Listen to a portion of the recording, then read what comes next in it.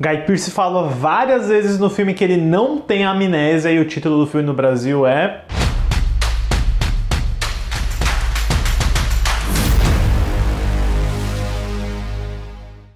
Olá, fãs da Sétima Arte, meu nome é Lucas Nascimento e esse é o Lucas Filmes, e hoje eu tô aqui para falar sobre Amnésia, Memento, segundo filme do Christopher Nolan, para continuar o nosso especial sobre o diretor. Mas antes, vou pedir para você curtir esse vídeo, se inscrever no canal e ativar o sininho para não perder notificação dos próximos vídeos. O Christopher Nolan tinha feito um cartão de visitas muito impactante, muito forte com Following, que é o primeiro filme independente desde 1998. É um filme que ajudou o Christopher Nolan a entrar em festivais, a realmente colocar o nome dele no mapa e começar a despertar o interesse de produtoras, de estúdios para ver o que ele faria em seguida. E esse próximo projeto vem de uma série de conversas que ele já tinha tendo com o irmão dele, o Jonathan Nolan, que também é roteirista. Especificamente, o Jonathan Nolan fala sobre um conto que ele estava desenvolvendo que se chama Memento Mori, que envolve essa história de um cara que tem um distúrbio na memória, que tem uma narrativa que vai se desenrolando de trás para frente. O Jonathan e o Christopher começam a conversar muito sobre essa história, eles trocam várias cartas, várias figurinhas,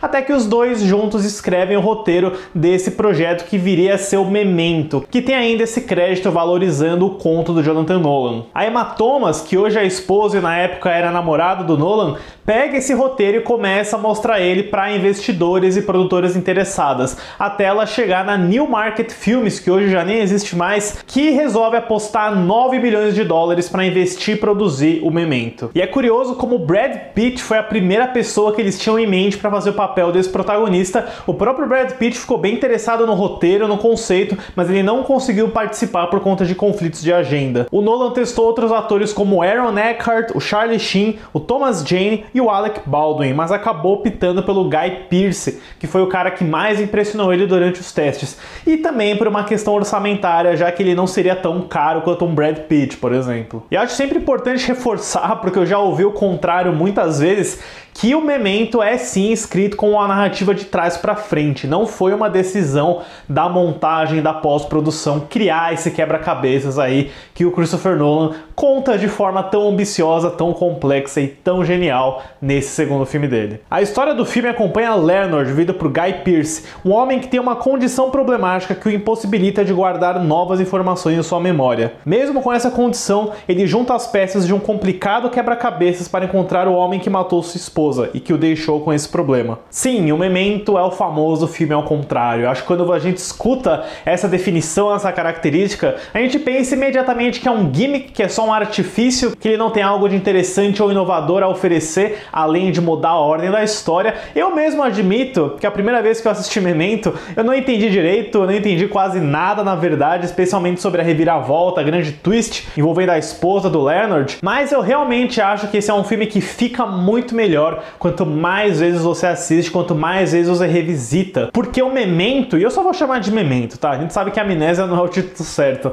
O Memento não é um mero truque, ele não tá colocando essa narrativa de trás pra frente só por charme. Eu acho que o roteiro do Nolan é muito inteligente na forma como ele usa esse fator da não linearidade narrativa para realmente ter um mistério, para desenvolver a história e esse personagem, porque o que mais importa nesse filme não é bem o desfecho, não é o lugar onde ele chega, até porque ele literalmente abre o filme mostrando o que vai acontecer, mostrando exatamente onde a história vai acabar, mas o que acaba sendo mais interessante é entender o porquê, é entender o motivo e o que tá movendo esse personagem para frente, indo para trás. E pode ser meio complicado, mas eu também acho que o Memento é um filme que ensina o espectador a como será assistido a praticamente cada cena, porque você tem duas narrativas aqui. Uma que envolve o Leonard indo de trás para frente, onde cada cena termina meio que no começo da anterior, você assistiu uma cena e aí a próxima cena que você vai assistir vai terminar no começo da que você acabou de ver. Então é meio confuso de explicar, mas assistindo dá para entender qual que é o jogo, qual que é a dinâmica aqui. E a outra narrativa é linear e envolve o Leonard falando no telefone com alguém que a gente não sabe quem é em preto e branco e vai dando várias pistas importantes sobre a história e sobre a condição do Leonard também, especialmente pela história que ele conta envolvendo o personagem do Stephen Tobolowsky. E de novo, o melhor aspecto dessa história de trás pra frente é que você só entende o contexto e a intenção depois. Eu acho que o roteiro do Nolan é muito bom em criar tensão, em criar reviravoltas também, também a partir dessa promessa. Como, por exemplo, tem uma cena envolvendo a personagem da Carrie-Anne Moss, que é a clássica femme fatale desse noir, onde você cria essa tensão com o fato de que ele está prestes a esquecer algo muito importante que aconteceu, gerando essa situação onde ele pode muito bem ser manipulado. Essa condição do Leonard também é assustadora por isso, porque você começa a ter essa percepção ao longo da narrativa que ele está sendo usado como peão em jogos diferentes, em coisas que não tem necessariamente a ver com o objetivo principal dele de encontrar o assassino. E a revelação final, o ponto onde tudo termina, que na verdade é o começo,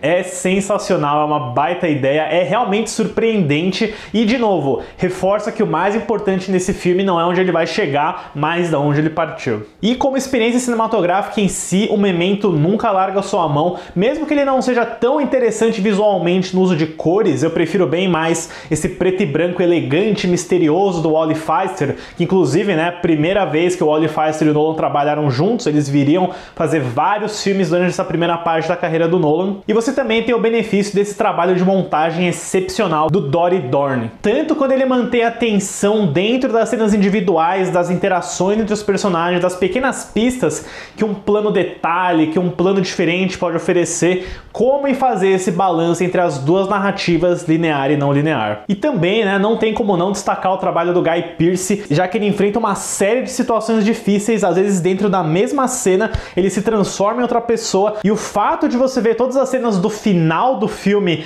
antes de entender qual que é a motivação dele, o que realmente está movendo ele ali, mostra que é um trabalho muito complexo, deve ter sido muito difícil de estudar. E eu também destacaria toda a dinâmica que ele tem com o Joe Pantoliano, que interpreta esse sujeito chamado Terry, que acompanha o Leonard durante boa parte dos eventos. Também, né, tem várias revelações e surpresas nas intenções dele. Memento é um tremendo filme, é daquele tipo de filme que só um cineasta muito experienciado, com vários anos na carreira, poderia fazer, mas que é o segundo filme do Christopher Nolan. É realmente uma narrativa que te pega pelo pescoço, te conta uma história bizarra de uma forma muito complexa e que ele consegue muito bem aproveitar esse artifício da não linearidade de uma forma que é bem inovadora, é muito original. Pode ser meio complexo, meio difícil de pegar de primeira? Sim, mas se você se deixar levar por ele, se você investir em mais assistidas, a experiência dele é simplesmente brilhante.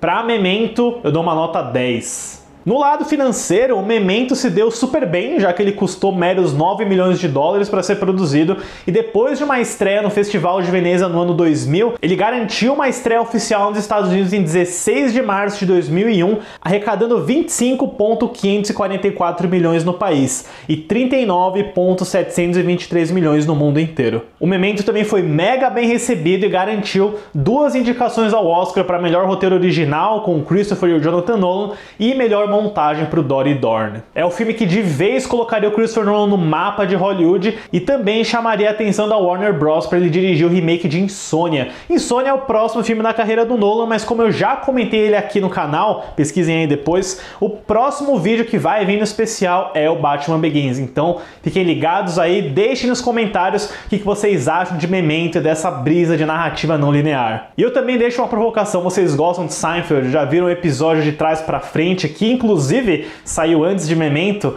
fica a recomendação. Certo, pessoal? Obrigado pela visita e até a próxima sessão.